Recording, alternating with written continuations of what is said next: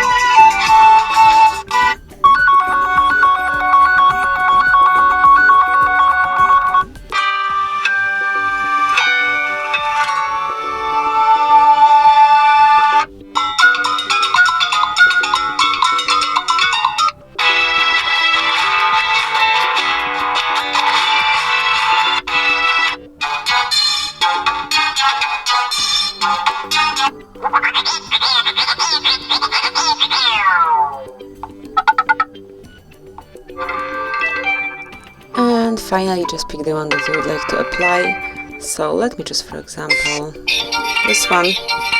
Tap on OK, and as you can see, ringtone has been changed. So this is it, that would be all.